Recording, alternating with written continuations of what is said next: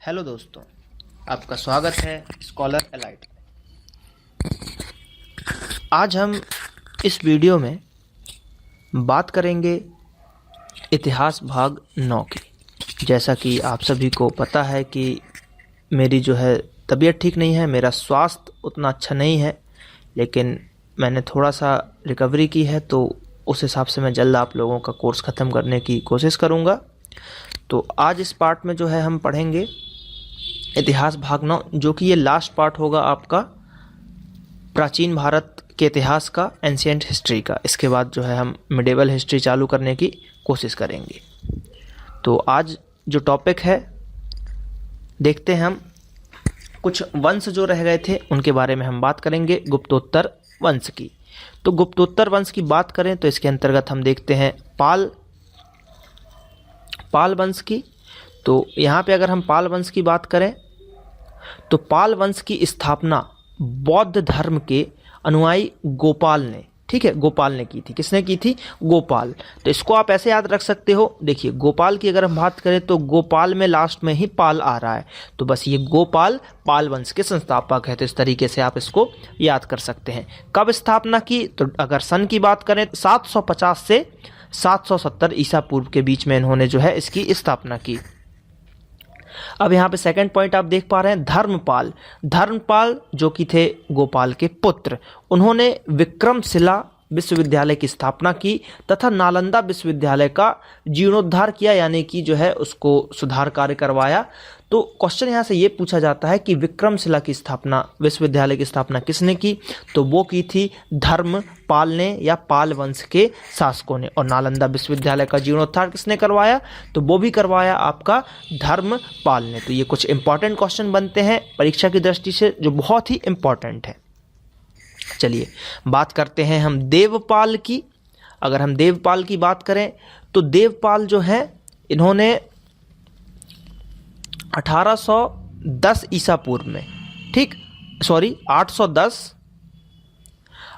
से 850 के बीच में इस वंश की जो है सर्वाधिक शक्तिशाली शासक रहा। मतलब यानी कि जो ये वंश था, यानी कि पाल वंश, जिसके अंतर्गत हमने देखा गोपाल को, गोपाल के बाद देखा हमने धर्मपाल को, उसके बाद आया देवपाल। तो ये इन तीनों में जो है ये सबसे शक्तिशाली रहा। देखिए, हिस्ट्री का एक फैक्ट मैं आपको बता दूं कि जो भी ये राजाओं का क्रम चलता है तो उसमें पहला और तीसरा हमेशा अच्छा होता है। जैसे कि अगर आप बात करेंगे, जैसे अशोक सम्राट, अशोक महान हुआ, तो वो किस नंबर का है? तीसरे का है ना। चंद्रगुप्त, फिर बिंदुसार, ठीक, फिर उसके बाद आपका है अशोक। और चंद्रगुप्त भी फेमस था, लेकिन बिंदुसार का उतना ज़्यादा रोल नहीं रहा। तो तीसरे नंबर का जो भी राजा हिस्ट्री में रहता है, अधिकतर वो ज़्यादा फेमस हो जाता है। तो ये चीज़ आपको कुछ कुछ याद रखना है। अब हम देवपाल की बात करते हैं तो इसने उड़ीसा व असम को जीता तथा प्रतिहार राजा भोज व राष्ट्रकूट राजा अमोध वर्ष को हराया। तो ये ज़्यादा इंपॉर्टेंट नहीं है। इसके बाद अगर हम बात करते हैं तो इसके बाद जो कुछ शासक बने,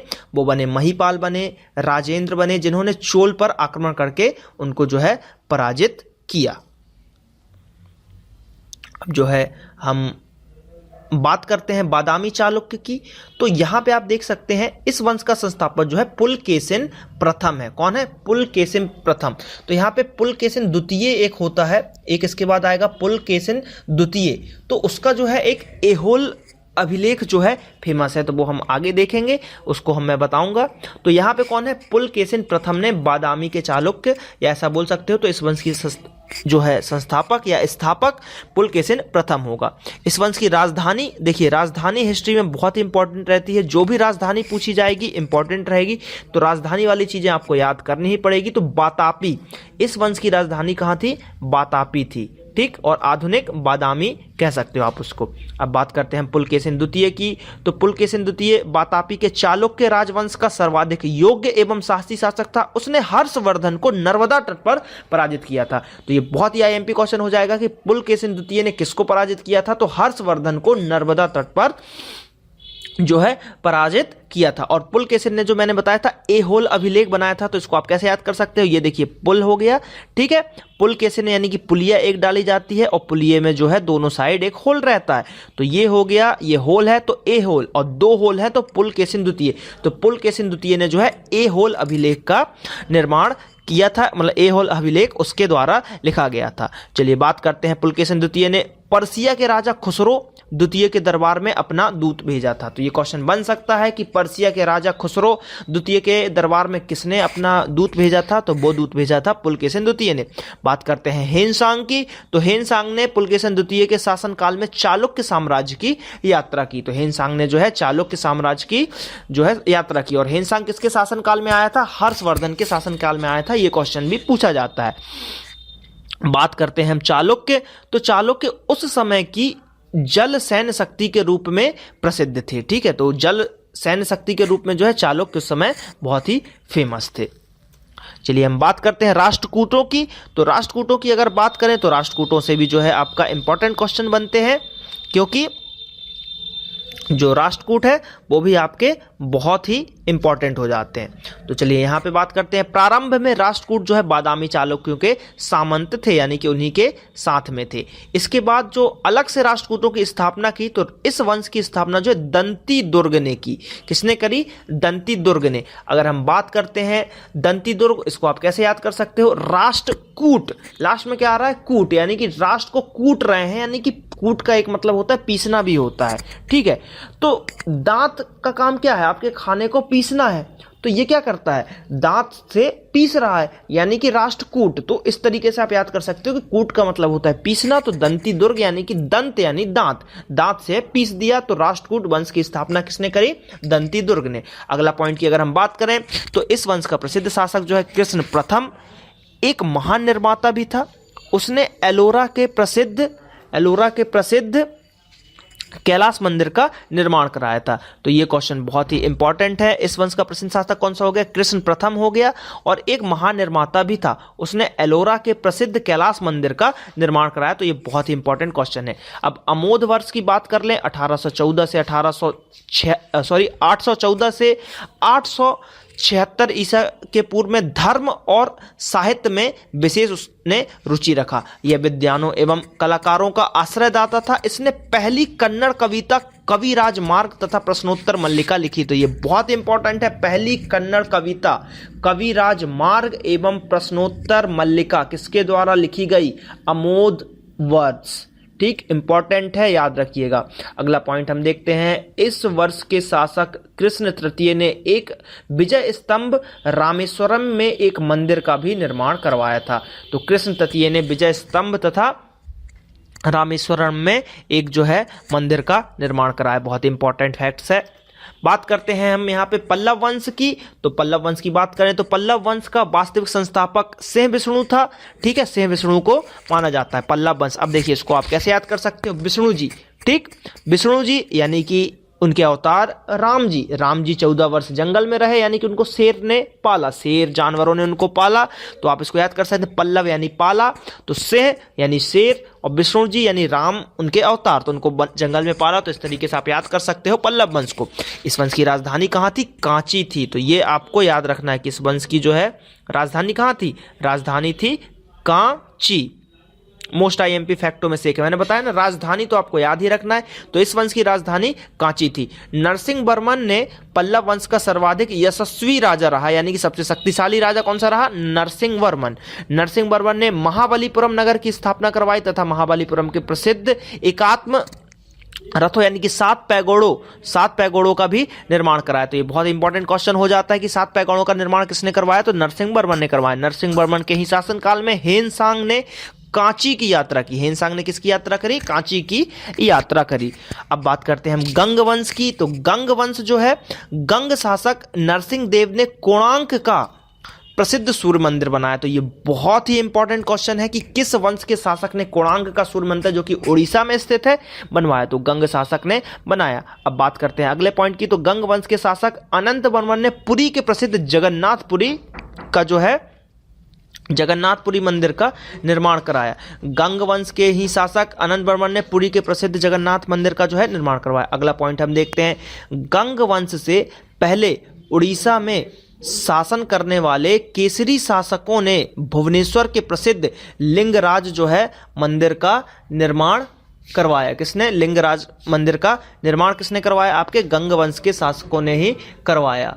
ठीक है, तो ये बहुत ही इंपॉर्टेंट है आपके कुछ फैक्ट्स जो कि आपको याद रखने हैं। चलिए बात करते हैं हम, तो हम अब देखने वाले यहाँ पे क्या, चोल वंश के बारे में बात करेंगे। तो अगर चोल वंश की बात करें तो इसके संस्थापक कौन माने जाते हैं? चोल वंश के संस्थापक विजयालय माने जाते हैं। कौन माने जाते हैं? विजयालय।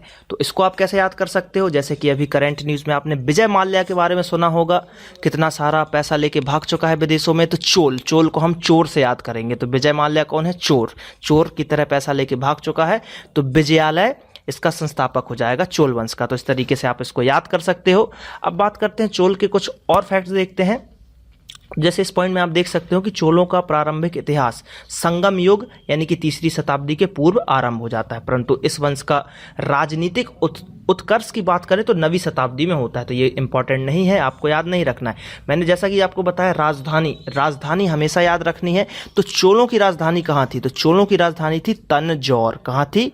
तंजौर। अब देखिए इसको कैसे याद रखोगे आप? चोल को मैंने आपको याद करवाया चोर से और विजय माल्या याद करवाया संस्थापक के रूप में तो विजयालय से।